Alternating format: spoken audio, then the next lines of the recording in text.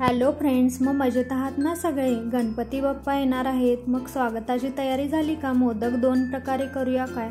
त्यासाठी गव्हाचं पीठ घेतलेलं आहे 3 वाटी आणि अर्धी वाटी बारीक रवा घालायचा आहे आणि मीठ घालायचं आहे चवीनुसार आणि त्यात मोहन घालून घ्यायचं आहे 2 चमचे, म्हणजेच गरम तेल घालून घ्यायचं आहे. कडक उकळलेलं तेल घालायचं आहे 2 चमचे आणि सगळं चांगलं मिक्स करून घ्यायचं आहे. हाताने सगळं असं मिक्स करून घेतलेलं आहे. आता यात दूध घालून मळायचं आहे, कारण आपण नैवेद्यासाठी करतोय ना. असं तेल लावून आता चांगलं मळून घ्यायचं आहे घट्ट असं.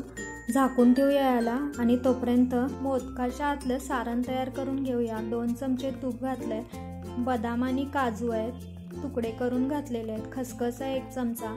सगळं चांगलं भाजून घ्यायचं आहे. आता 1 कप खोबरं घातलेलं आहे, ओलं खोबरं मिक्सरला बारीक करून घेतलेलं आहे. पाऊण कप गूळ घातलेला आहे. गोड तुम्हाला जास्त लागत असेल तर तुम्ही कमी जास्त करू शकता. सगळं चांगलं मिक्स करून घेतलेलं आहे.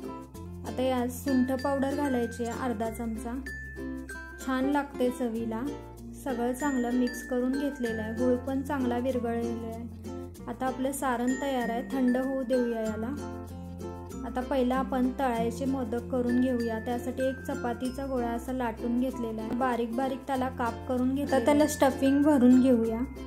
स्टफिंग अशा प्रकारे भरून घेतलेलं आहे. छोटे छोटेच मोदक केलेले आहेत. तेल इथं गरम करायला ठेवलेलं आहे, त्यामध्ये छोटे छोटे आपले मोदक करून घेतलेले आहे. लालसर असे तळून घेतलेले आहेत. हे टिकू शकतात 8 ते 10 दिवस. आता 1 छोटा गोळा घेऊन लाटून घ्यायचा आहे पातळ असा.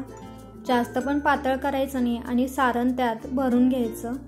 हे वाफवणार आहोत आपण, त्यासाठी पाणी ठेवलेलं इथं. त्यावर असे साचा ठेवून घ्यायचा. पाणी उकळल्यावर तेल लावून घेतलंय प्लेटला. मस्त आपले वाफवलेले मोदक 15 मिनिटात तयार आहेत. दोन्ही मोदक तयार आहेत. चला मग बाप्पाला नैवेद्य दाखवायचा काय. चला तर मग पुन्हा भेटूया अशाच नवीन रेसिपीसह. तोपर्यंत खुश राहा, मस्त राहा आणि खात राहा.